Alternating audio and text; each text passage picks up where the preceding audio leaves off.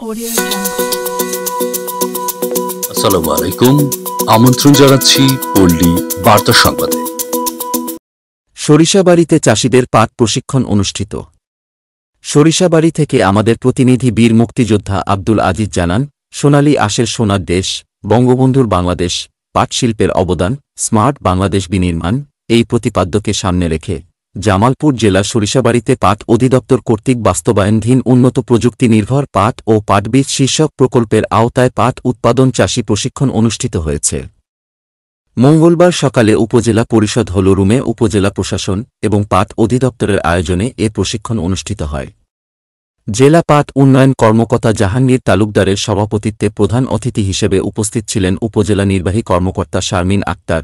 এ সময় উপস্থিত ছিলেন উপজেলা কৃষি অফিসার অনুপ সিংহ, জেলা বীজ প্রত্যয়ন অফিসার আব্দুল হামিদ, উপজেলা পাট উন্নয়ন অফিসার রিফাত হোসেন সহ বিভিন্ন ইউনিয়নের ৭-৫ জন পাট চাষিরা উপস্থিতি ছিলেন।